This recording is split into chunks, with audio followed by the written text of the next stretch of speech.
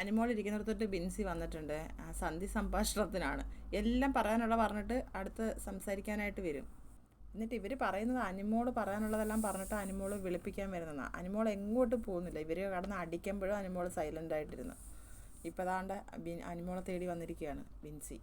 അനുമോൾ പറയാണ്, ഇവിടെ കേൾക്കുന്നവർക്കും കാണുന്നവർക്കും അറിയാം, എനിക്ക് അത് മാത്രമേ പറയാനുള്ളൂ. ഇത്രയും കാര്യങ്ങൾ നിന്നോട് ചോദിച്ചപ്പോൾ നിൻ്റെ കൂടെ നിന്ന് ആൾക്കാരുടെ പേരൊക്കെ നിനക്ക് പറയാമായിരുന്നില്ലേ എന്ന് ബിൻസി ചോദിക്കുക. ഇല്ല, അവരുടെയൊക്കെ മുഖങ്ങൾ ഞാൻ നോക്കുമായിരുന്നു. അതാണ് എനിക്കൊന്നും പറയാനില്ല. എല്ലാത്തിനും തെളിവ് ബിഗ് ബോസിന് മാത്രമേ അറിയാവുള്ളൂ. എനിക്കിതിൽ കൂടുതൽ തെളിവ് കാണിക്കാനോ തെളിവായിട്ട് പറയാനോ അവരെ സംസാരിച്ച് തോൽപ്പിക്കാനോ എനിക്ക് കഴിയില്ല. എനിക്കറിയില്ല. ആദില, നൂറ, ശൈത്യ ഇവരെല്ലാം എൻ്റെ കൂടെ നിന്നവരാണ്. ഒരിക്കലും നിനക്കൊരു നെഗറ്റീവ് ഇമേജ് വരണമെന്ന് ഞാൻ ആലോചിച്ചിട്ട് കൂടെ ഇല്ല. നിന്നെപ്പോലെ തന്നെ സാധാരണ കുടുംബത്തിലൊരു പെൺകുട്ടിയാണ് ഞാനും.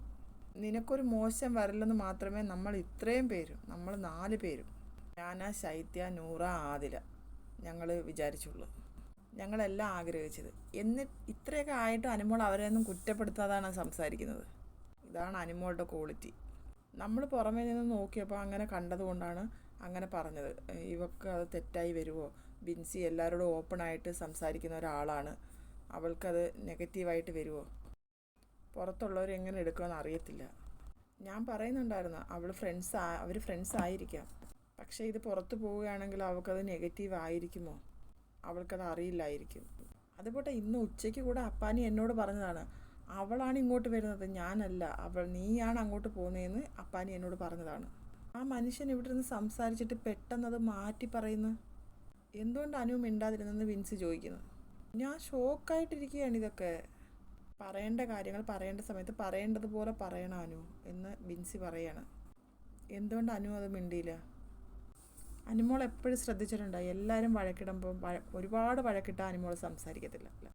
ചെറിയ കാര്യമൊക്കെ ആണെങ്കിൽ അനുമോൾ സംസാരിക്കും. വലിയൊരു പ്രശ്നത്തിലോട്ട് വരുവാണ്, എല്ലാവരും മോശം ചീത്ത വാക്കുകളൊക്കെ ഉപയോഗിക്കുന്നത്, അങ്ങനെയൊക്കെ കണ്ടാൽ അനുമോൾ ഒന്നും മിണ്ടത്തില്ല. പിന്നെ തെറ്റോ ശരിയോ ഒന്നും മിണ്ടത്തില്ല. അവരെന്തെങ്കിലുമൊക്കെ പറഞ്ഞിട്ട് അത് അവസാനിപ്പിക്കട്ടെ എന്നാണ് അനുമോൾ ചിന്തിക്കുന്നത്.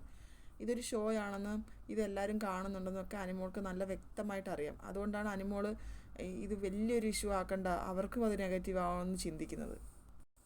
എന്തായാലും ഇത്രയും ബിഗ് ബോസ് സീസൺ 7 വരെ ഞാൻ കാണുന്ന ഇതുപോലെ അത്രയും നല്ല ക്വാളിറ്റി ഉള്ളൊരു കണ്ടസ്റ്റൻസ് ആ ബിഗ് ബോസിൽ ചരിത്രത്തിൽ വന്നിട്ടില്ല. അതൊരു സത്യമാണ്. പെണ്ണുങ്ങളുടെ കൂട്ടത്തിൽ കൊതിയും ഞുണയും പറയാത്തയും ബാക്ക് സ്റ്റാബ് ചെയ്യാത്തയും ഒന്നിനും അടി കൂടാത്തതും എല്ലാ രീതിയിലും ഇത്രയും നല്ലൊരു കണ്ടസ്റ്റൻസ് ബിഗ് ബോസിൻ്റെ ചരിത്രത്തിൽ ആദ്യമായിട്ട് അത് അനുമോൾ തന്നെയാണ്.